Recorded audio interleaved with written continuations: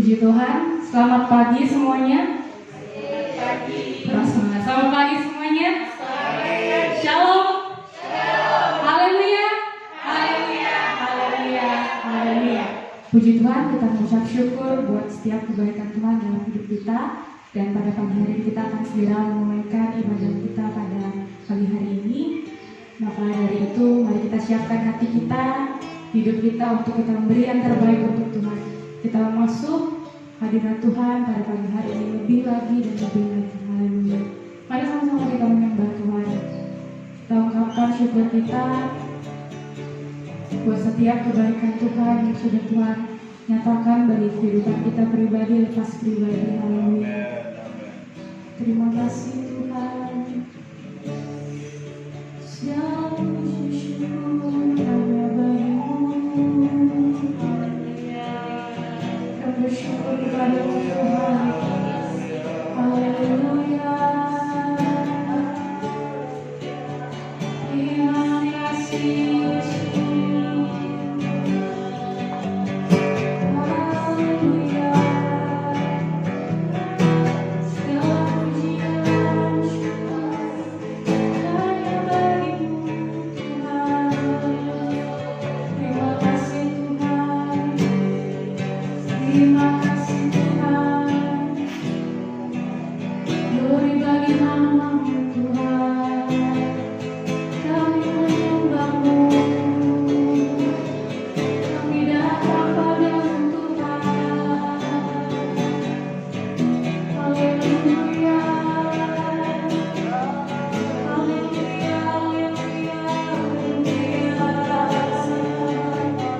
Sungguh Kau amat baik Tuhan. Kau baik Tuhan. Terima kasih Tuhan. Haleluya, haleluya, haleluya. Terima kasih Tuhan. Terima kasih Tuhan. Terima kasih Tuhan. Kami naikkan syukur kami di hadapan-Mu Tuhan. Kau begitu baik dalam hidup kami. Terima kasih buat pengorbanan-Mu bagi setiap kami Tuhan. Pada hari ini kami merayakan kebangkitan-Mu Tuhan. Bahwa maut sudah dikalahkan Tuhan. Terima kasih Tuhan. Terima kasih Tuhan. Segala puji syukur hanya bagi-Mu Tuhan. Dan setiap kami Tuhan, kami mau datang ke hadirat-Mu lebih lagi Tuhan. Kau persembahkan pujian kami, Kau persembahkan penyembahan kami yang harus dan berkenan di hadapan-Mu Tuhan. Layakan setiap kehidupan kami Tuhan. Haleluya. Haleluya. Haleluya. Haleluya Tuhan. Terima kasih Tuhan. Terima kasih Tuhan. Bersama-sama kita bangkit berdiri, kita menyembah Tuhan. Haleluya. Haleluya. Kau baik Tuhan. Kau baik Tuhan. Kau yang layak ditinggikan sebab Kau Raja kami Tuhan. Terima kasih Tuhan. Terima kasih Tuhan. Sungguh Kau baik Tuhan. Kau kami menikmati hadirat-Mu lebih lagi Tuhan. Haleluya. Yesus. Terima kasih Tuhan. Terima kasih Tuhan. Terima kasih Tuhan. Kami menaikkan syukur kami di hadapan-Mu Tuhan. Sebab Kau sungguh amat baik Tuhan. Haleluya. Terima kasih Tuhan. Pada pagi hari ini Tuhan kami memberikan diri kami sepenuhnya kepada Kau Tuhan. Biarlah pujian kami, penyembahan kami berkenan di hadapan Tuhan. Layakan setiap kami, sucikan hidup kami Tuhan. Kau memberi yang terbaik hanya untuk Engkau. Terima kasih Tuhan, kami bersuka cita, kami bersorak-sorai hanya bagi Engkau pada pagi hari ini. Engkau melayakan kami. Biarlah setiap pujian kami Tuhan berkenan di hadapan Engkau. Terima kasih Tuhan, kami menaikkan syukur kami. Kami bersorak-sorai hanya bagi Engkau. Di dalam nama Tuhan Yesus kami berdoa dan mengucap syukur. Mari kita semua yang percaya katakan amin. Haleluya. Haleluya. Haleluya. Haleluya. Kita memuji Tuhan. Kita mulaikan bersyukur kita di hadapan Tuhan sebab Tuhan kita sudah bangkit. Haleluya. Kerahkanlah kekuatan-Mu ya Allah. Haleluya.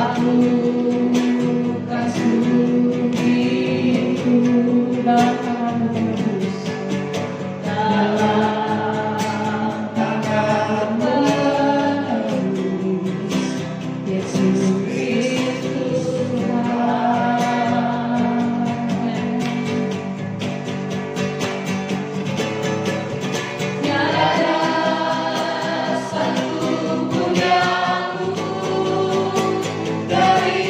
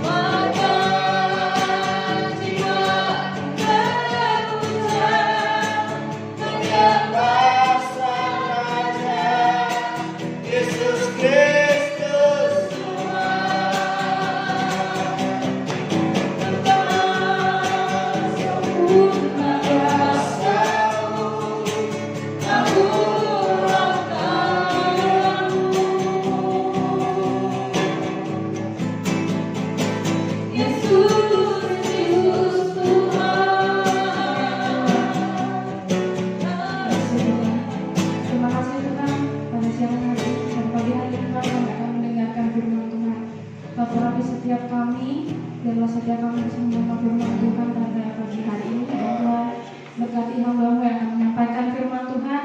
Biarlah setiap perkataan dari hamba-Mu Tuhan dapat memberkati setiap kami. Bahkan firman-Mu Tuhan dapat menyembuhkan dan memperbaharui kehidupan kami Tuhan. Terima kasih Tuhan, kami mengucap syukur dan kami siap menerima firman Tuhan pada pagi hari ini. Dan di dalam nama Tuhan Yesus kami berdoa dan mengucap syukur. Haleluya. Amin. Amin. Yang selanjutnya saya serahkan pada Ibu Gembala, Bu Pendeta untuk siap menunjuk. Puji Tuhan, haleluya. Haleluya. Haleluya. Haleluya. Hari ini kita bersukacita bersama, tidak ada yang bisa mengurangi sukacita kita, Bapak Ibu Saudara. Apapun yang terjadi, sukacita dari Tuhan itulah yang membuat kita kuat sampai hari ini. Dan terlebih hari ini kita menikmati pengalaman indah. Apa itu? Kebangkitan Tuhan Yesus. Hari ini saya rindu membagikan firman Tuhan tentang pengalaman kebangkitan Yesus. Kita buka dalam Lukas pasal 23. Lukas pasal 23. Lukas pasal 23. Kita akan baca bersama mulai ayat yang ke-55. Lukas pasal 23 ayat yang ke-55. Kita akan baca sampai pasal 24 ayat 12 ya. Ayatnya cukup panjang, tapi saya akan membacakannya untuk Bapak Ibu Saudara, baik Bapak Ibu, anak-anak yang ada di tempat ini maupun yang ada di rumah masing-masing ya. Lukas 23 ayat 55. Dan perempuan-perempuan yang datang bersama-sama dengan Yesus dari Galilea ikut serta, dan mereka melihat kubur itu dan bagaimana mayatnya dibaringkan. Dan setelah pulang mereka menyediakan rempah-rempah dan minyak mur. Dan pada hari Sabat mereka beristirahat menurut hukum Taurat. Pasal 24 ayat 1. Tetapi pagi-pagi benar pada hari pertama minggu itu mereka pergi ke kubur membawa rempah-rempah yang telah disediakan mereka.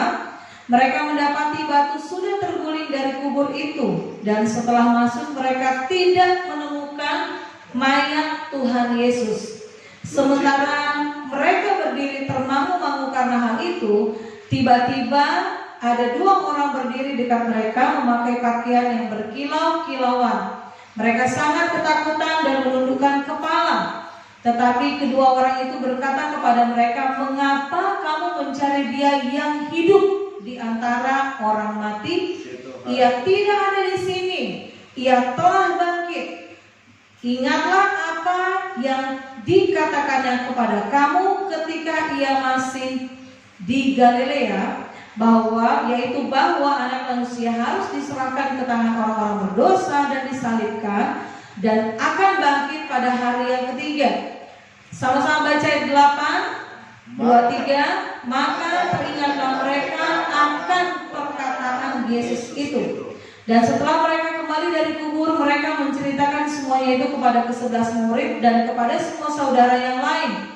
Perempuan-perempuan itu ialah Maria dari Magdala dan Yohana, dan Maria ibu Yakobus, dan perempuan-perempuan lain juga yang bersama-sama dengan mereka memberitahukannya kepada rasul-rasul.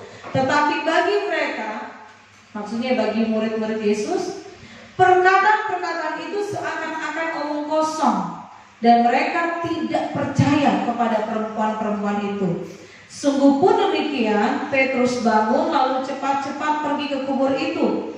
Ketika ia menjenguk ke dalam, ia melihat hanya kain kapan saja. Lalu ia pergi dan ia bertanya dalam hatinya apa yang kiranya telah terjadi. Bapak Ibu Saudara yang dikasihi oleh Tuhan, setiap kita punya pengalaman ya. Dari kita lahir sampai usia kita saat ini, ada banyak pengalaman-pengalaman yang sudah kita lewati, betul ya? Pengalaman itu peristiwa yang pernah dirasakan, pernah dijalani, ya, pernah dialami, pernah ditanggung, ya, itu namanya pengalaman. Jadi pengalaman itu sesuatu yang sudah ada di belakang kita, baru disebut dengan pengalaman. Sudah dirasakan, sudah dialami, sudah dijalani, ya, baru itu menjadi sebuah pengalaman. Amen. Ya. Amin. Nah, Yesus mati itu menjadi sebuah pengalaman bagi murid-muridnya, bagi orang-orang saat itu. Waktu Yesus mati jadi pengalaman, tapi pengalamannya bukan pengalaman yang baik. Tapi pengalaman tersebut adalah pengalaman kesedihan dan kehilangan, ya. Lebih tepatnya lagi, pengalaman Yesus mati itu adalah menjadi pengalaman yang mengecewakan. Bapak Ibu Saudara pernah kecewa? Pernah ya? Jangan bilang sering ya. Ya, kita pasti pernah kecewa. Kita punya pengalaman kesedihan. Kenapa ya? Dengan murid-murid Yesus, kenapa dengan murid-murid Yesus yang bukan hanya 12, yang kita tahu murid-murid Yesus itu cukup banyak ya saat itu. Kenapa itu menjadi sebuah pengalaman kesedihan dan kekecewaan, Bapak Ibu Saudara? Karena gini, murid-murid Yesus mengalami pergumulan yang sangat berat. Kenapa pergumulan itu menjadi berat, Bapak Ibu Saudara? Karena belum mengerti rencana Tuhan. 3 hari Yesus mati itu merupakan pengalaman yang berat. Selama pergumulan itu belum selesai, ya Bapak Ibu Saudara, maka itu menjadi sesuatu yang berat.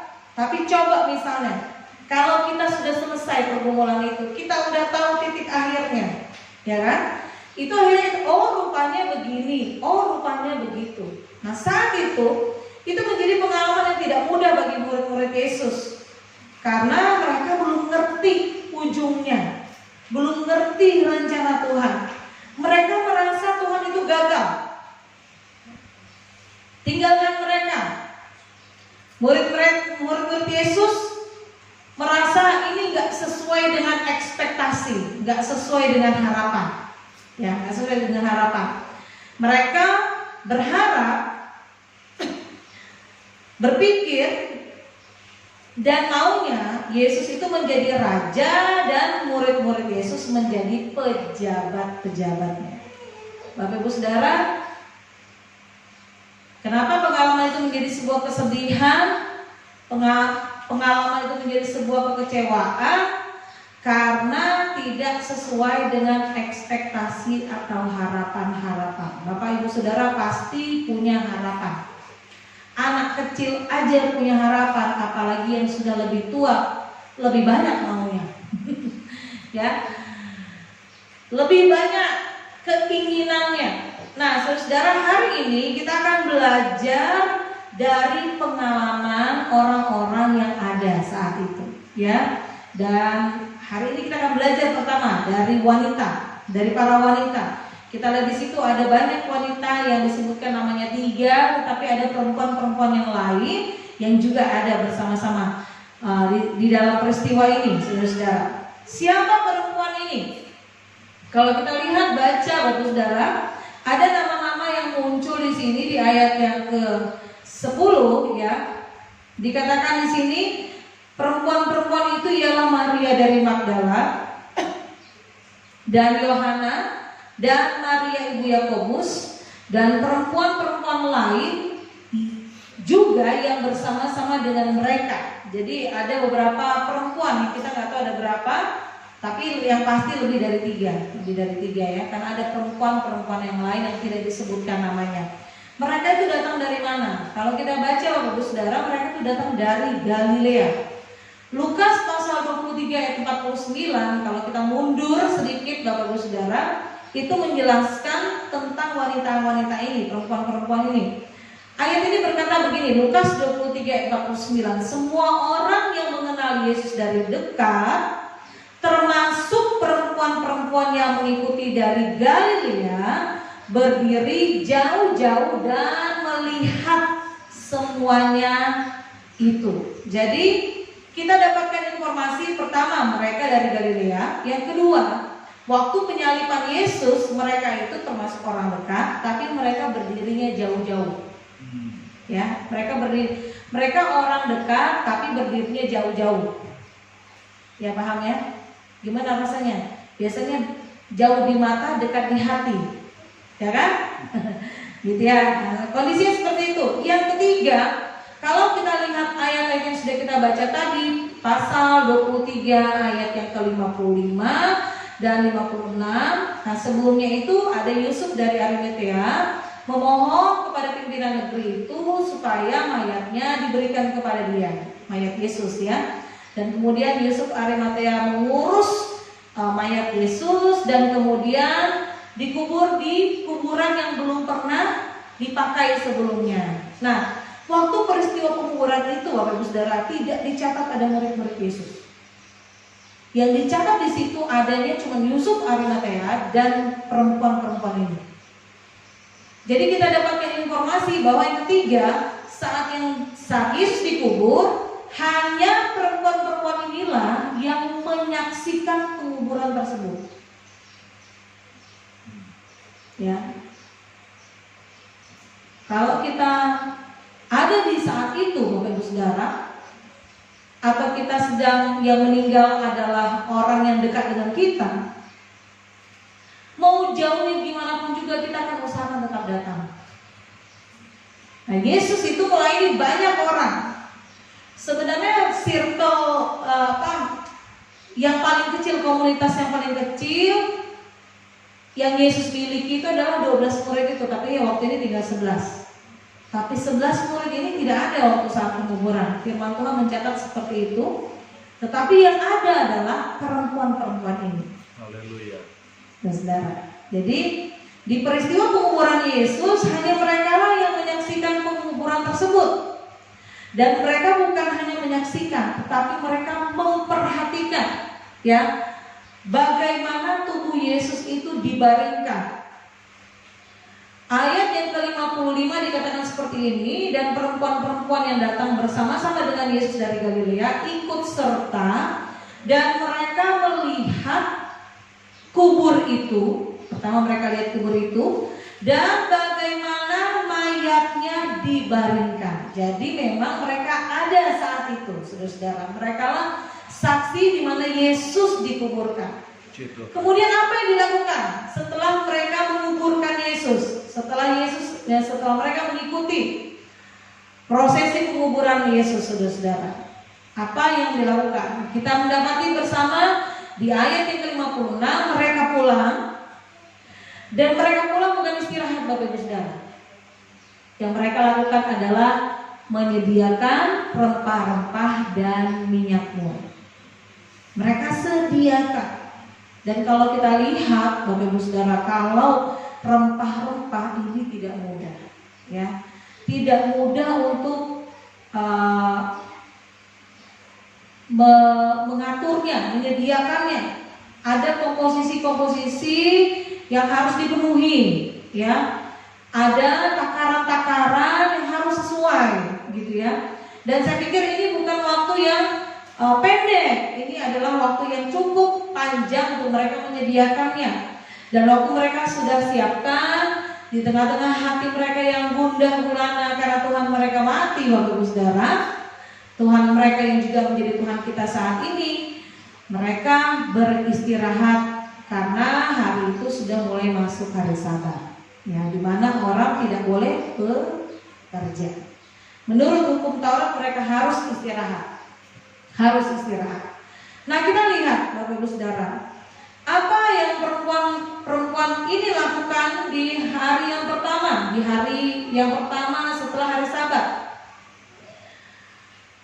Ayat yang kedua, pasal 24 ayat 1 dikatakan seperti ini. Tetapi pagi-pagi benar pada hari pertama minggu itu mereka pergi ke kubur membawa rempah-rempah yang telah disediakan. Disediakan kemarin lusanya, ya. Waktu Yesus mati, mereka pulang, mereka sediakan, mereka atur, ya, dan kemudian mereka bawa di hari Minggu, ya, hari pagi-pagi benar. Kalau dalam terjemahan yang lain, pagi-pagi benar itu dini hari. Jadi matahari belum keluar. Mereka sudah pergi ke kubur, gitu ya. Karena mereka sudah masuk di hari yang baru, bukan hari Sabat lagi. Apa yang mau mereka lakukan? Saya membaca, Bapak Ibu Saudara, yang mereka lakukan adalah dalam tradisi mereka harus membalsam mayat, ya, mayat Yesus, mengurapi kepalanya dengan rempah-rempah dan minyak mur dan wajahnya dan bagian-bagian tubuh lainnya, ya. seperti biasa yang dilakukan agar mengurangi bau mayat sedapat mungkin. Jadi dibalsem, diatur gitu mayatnya, apalagi kondisi Yesus tubuhnya itu hancur, wajahnya hancur, ya, ada luka di lambung, ya, kemudian kaki, tangan juga ada luka-luka yang cukup berat, ya. Ada bilur-bilur Yesus. Kita sudah memperingati hari pengorbanan Yesus di hari Jumat kemarin, Bapak Ibu Saudara, dan itu adalah peristiwa yang cukup mengerikan, ya. Bukan cukup, sangat mengerikan, Bapak Ibu Saudara. Itu pengorbanan yang habis-habisan. Firman Tuhan berkata, kalau kita lihat gambar Yesus disalib, darahnya netes.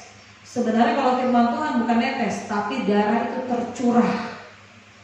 Ya, habis sampai habis, saudara-saudara. Yesus habis-habisan buat kita, sehingga Yesus, perempuan-perempuan ini merasa penting untuk menyediakan rempah-rempah dan membalsam tubuh Yesus.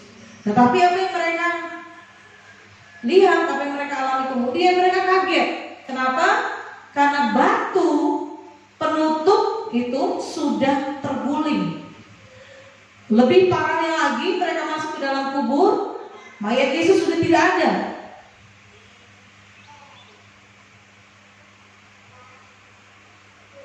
Sudah cara matinya tidak nyaman. Sudah mereka merasa kecewa karena kenapa Tuhan mereka mati. Terus mayatnya hilang lagi.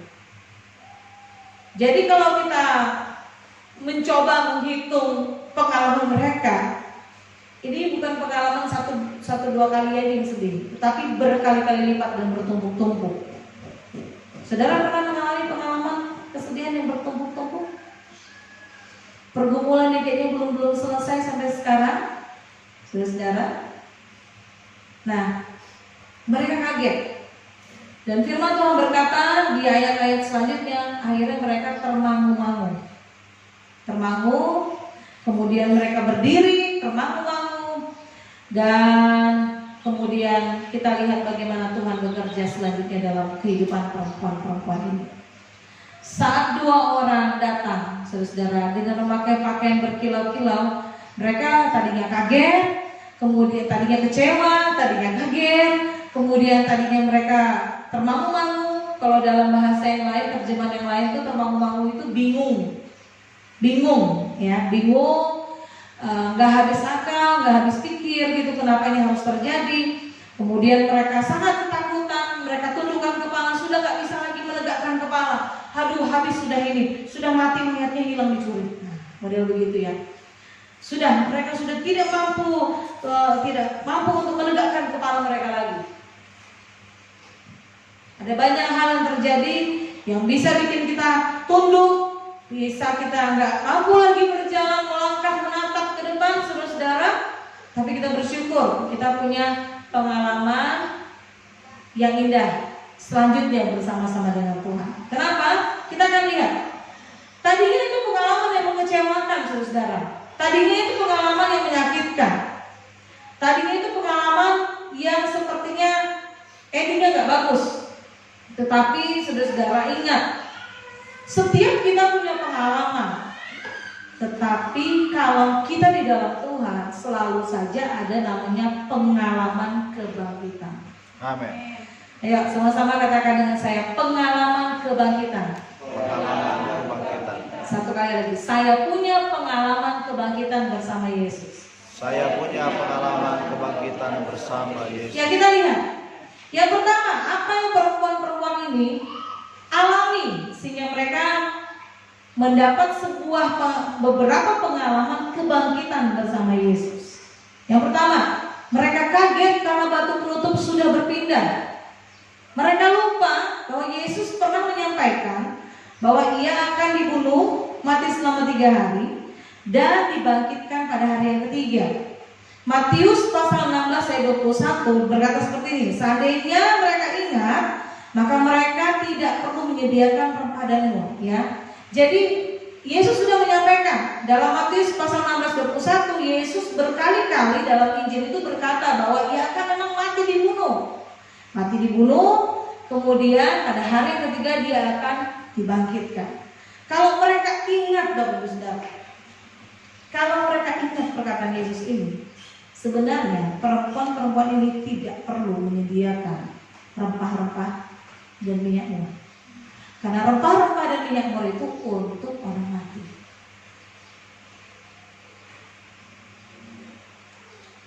Ini bagian pengalaman yang gak nyamannya. Tapi di dalam pengalaman yang tidak nyaman ini, Bapak Ibu Saudara, ada Yesus dan pengalaman kebangkitannya bagi diri kita. Bagian Tuhan lewat malaikatnya adalah mengingatkan. Kalau tadi mereka kaget, mereka lupa, tapi Yesus selalu ingatkan mereka. Sehingga ayat yang ke-8 yang kita sudah baca bersama tadi, maka teringatlah mereka akan perkataan Yesus itu. Saudara-saudara,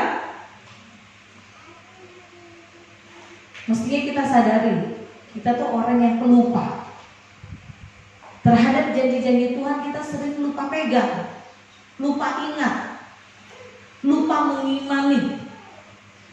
Tapi dalam pengalaman kebangkitan Yesus, Bapak Ibu Saudara, kita bisa menikmati bahwa Tuhan itu tidak pernah menyerah atas setiap diri kita. Amin.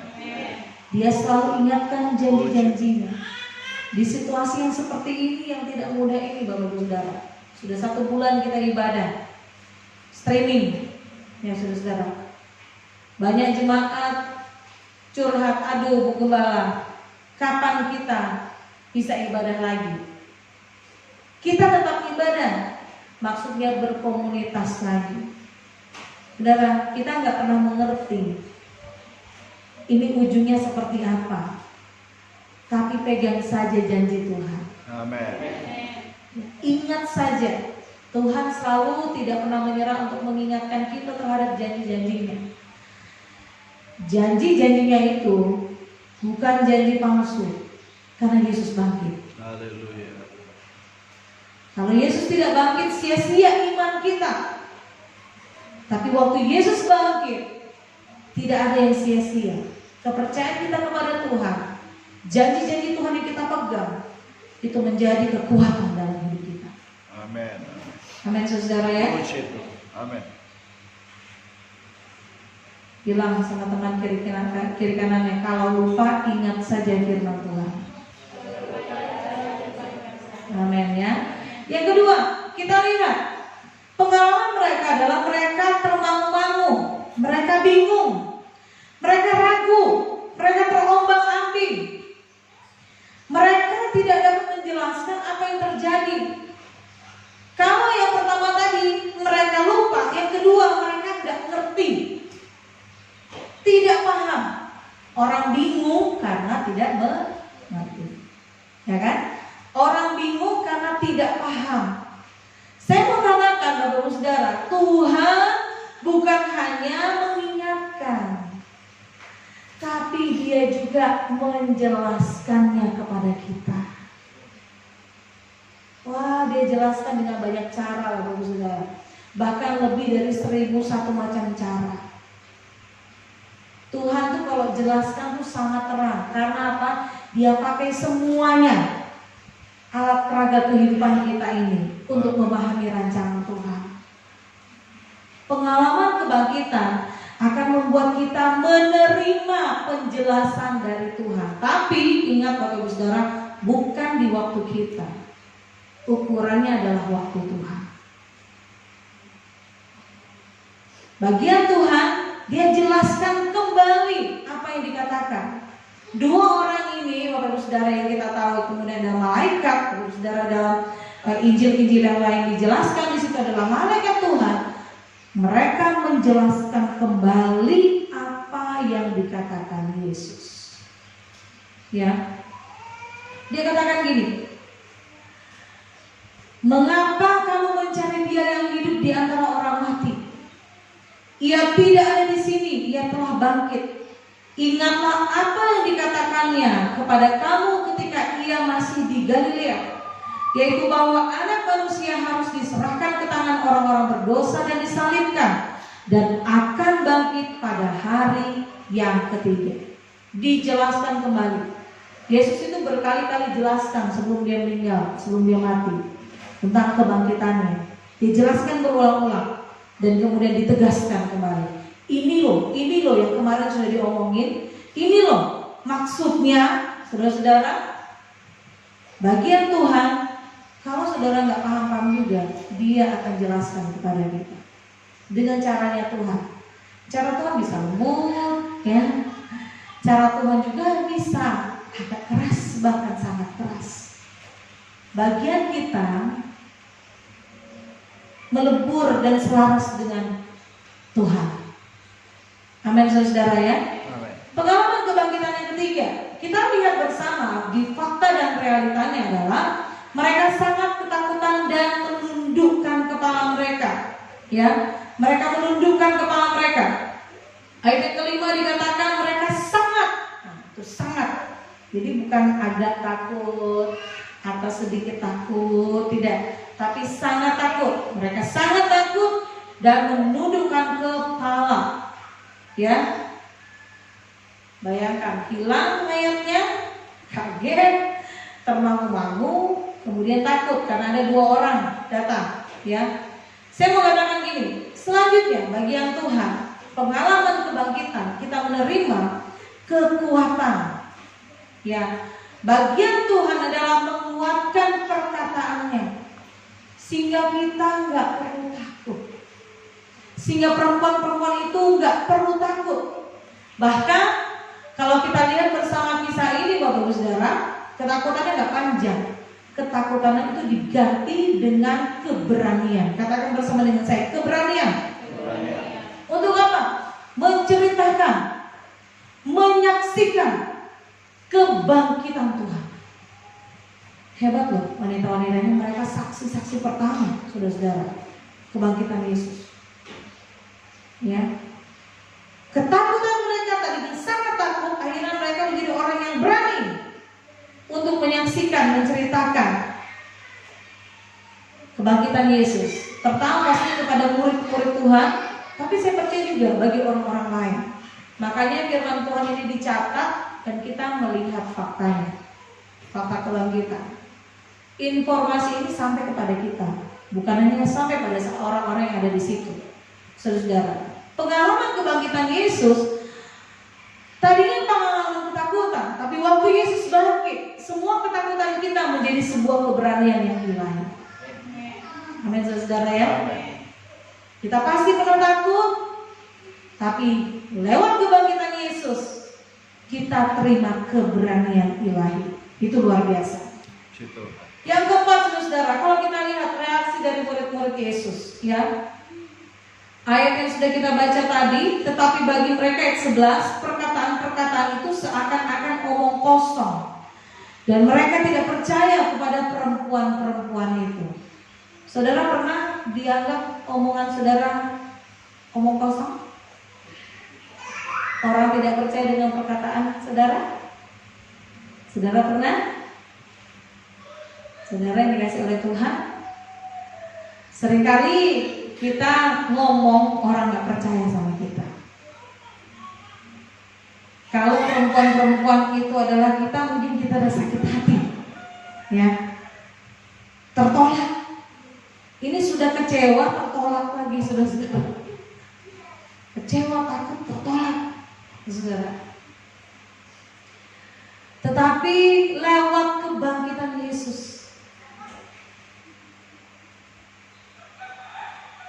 mereka orang yang tidak dipercaya, mereka tidak peduli. Kebangkitan Yesus membuat hati mereka teguh. Katakan amin. Tidak gampang sakit hati, tidak baper. Ya. Meskipun kesaksian mereka itu diragukan habis-habisan, mereka enggak peduli. Saudara, kita masing-masing punya pengalaman bersama-sama dengan Tuhan yang mungkin hanya kita bisa mengerti dan orang lain tidak paham. Tetap teguhkan hatimu di dalam Tuhan. Ingat Yesus bangkit bagi kita. Amin, saudara-saudara ya. Gak enak jadi orang yang tidak dipercaya. Orang yang tidak dipercaya itu selalu dicurigai, ya kan? Tidak nyaman sama sekali. Tetapi pengalaman kebangkitan Yesus membuat kita tidak gampang sakit hati, membuat kita menjadi orang-orang yang teguh di dalam Tuhan. Saudara-saudara, lewat peristiwa-peristiwa ini, mestinya pengalaman kebangkitan Yesus itu membuat kita menjadi orang yang lebih tenang. Tidak perlu kaget-kaget, saudara ya. Amin. Perempuan ini kaget karena pertama batunya sudah terguling, yang kedua sudah tidak ada mayat Yesus. Tapi pengalaman kebangkitan Yesus mestinya membuat kita menjadi pribadi yang lebih tenang, lebih tentram, ya. Kemudian pengalaman kebangkitan Yesus mestinya membuat kita menjadi orang yang efektif, efisien, dan efikasi, ya. Sehingga tidak perlu melakukan yang tidak dibutuhkan.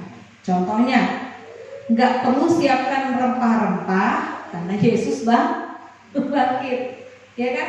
Sibuk banget ini. Nah, pengalaman kebangkitan Yesus akan membuat kita menjadi orang-orang yang efektif, efisien, bahkan efikasi, ya.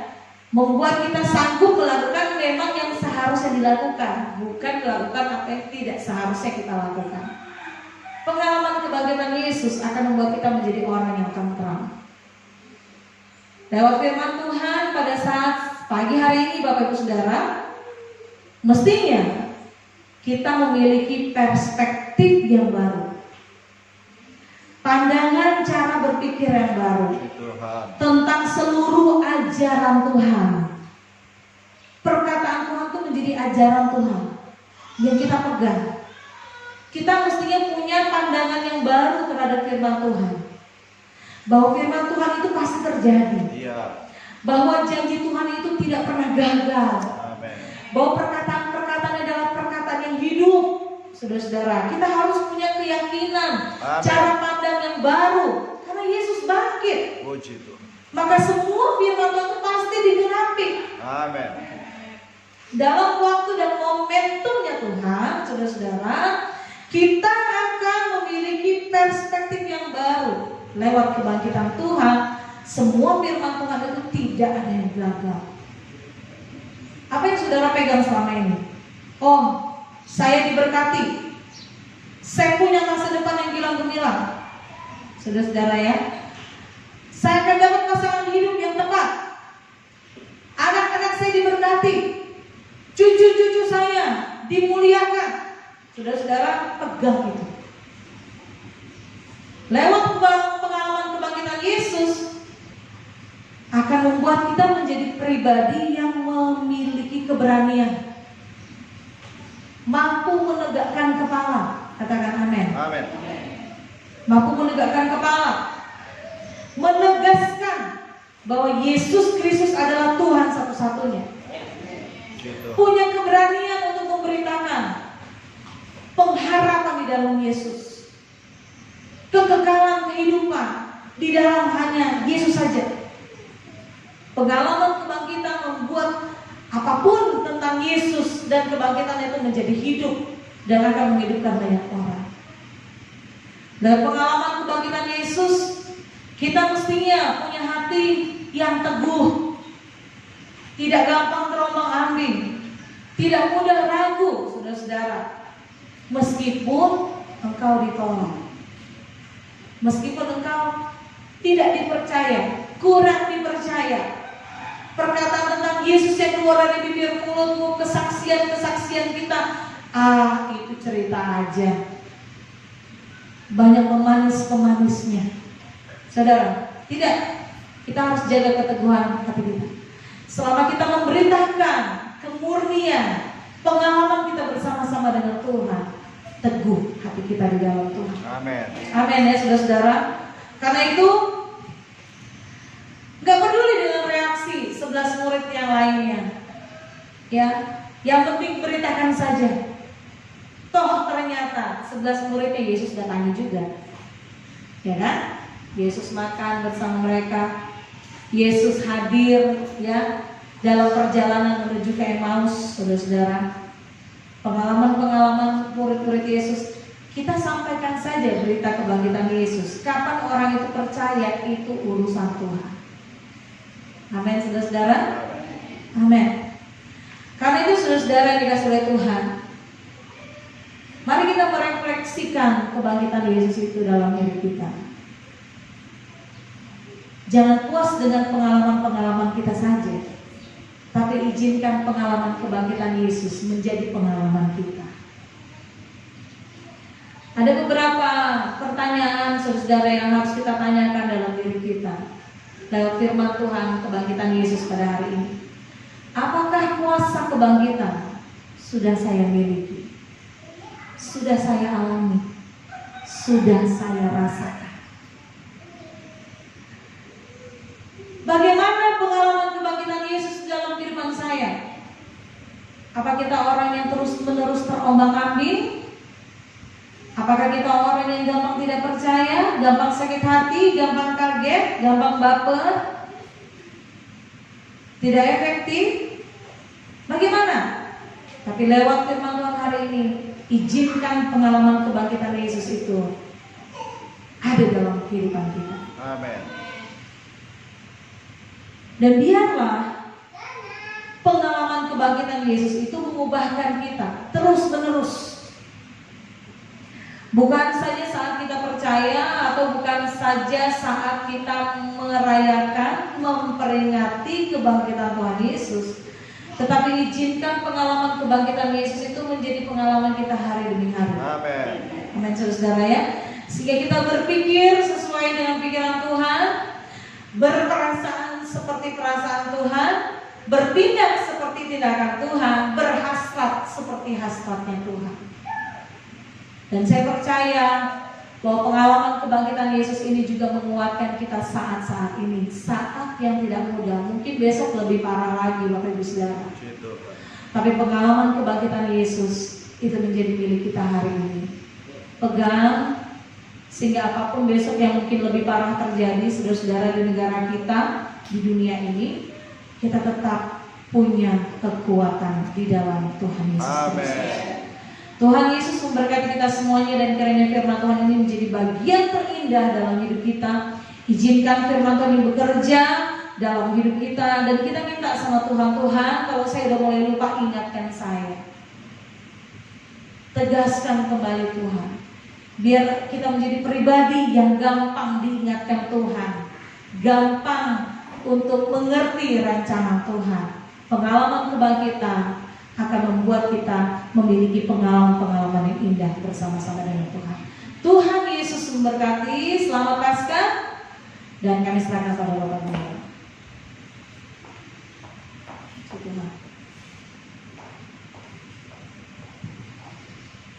Puji Tuhan, haleluya.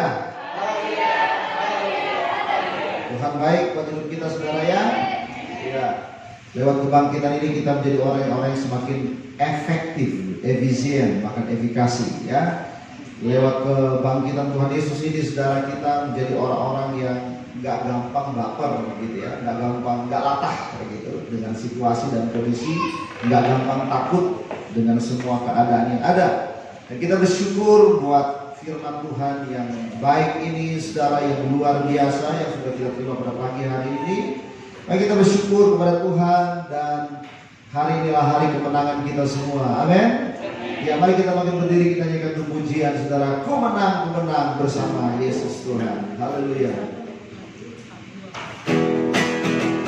Haleluya, puji Tuhan.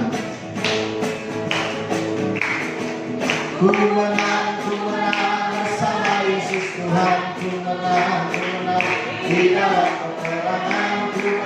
Ku menang atas segala setan. Haleluya, haleluya, ku menang. Haleluya, dia mati. Haleluya, dia hidup. Haleluya, dia naik. Roh Kudus, ku menang bersama Yesus Tuhan. Ku menang di dalam peperangan. Tuhan, ku menang atas segala setan. Haleluya, haleluya, Tuhan. Haleluya, dia bangkit. Amin. Haleluya, dia hidup. Haleluya, dia naik. Roh Kudus turun. Haleluya, dia bangkit. Haleluya, dia hidup. Haleluya, dia naik. Amin. Roh Kudus turun. Roh Kudus turun. Beri kemuliaan bagi Tuhan Yesus. Haleluya. Mari kita terima berkat Tuhan. Kita tamatkan ibadah live streaming service kita pada hari ini. Baik saudara yang ada di gereja ini, saudara yang ada di rumah, bahkan setiap saudara yang menonton dan mengikuti ibadah ini bersama-sama kami dimanapun Anda berada, kiranya Tuhan memberkati hidup kita. Mari kita angkat hati kita di hadapan Tuhan dengan iman, pengharapan dan kasih kita untuk menerima kemuliaan Tuhan yang ajaib itu. Kiranya Tuhan menjawab engkau pada waktu kesesakan. Kiranya nama Allah Israel membentengi engkau. Haleluya. Kiranya dikirimnya bantuan kepadamu dari tempat kudus dan disokongnya engkau dari Sion. Kiranya diingatnya segala korban persembahanmu dan disukainya korban bakaranmu. Kiranya diberikannya kepadamu apa yang kau kehendaki dan dijadikannya berhasil apa yang kau rancangkan. Kekasih-kekasih Tuhan, permata-permata hati Bapa, umat-umat ketebusan darahnya. Haleluya. Mari kita pulang dengan rahmat. Kita pulang dengan damai sejahtera nikmat.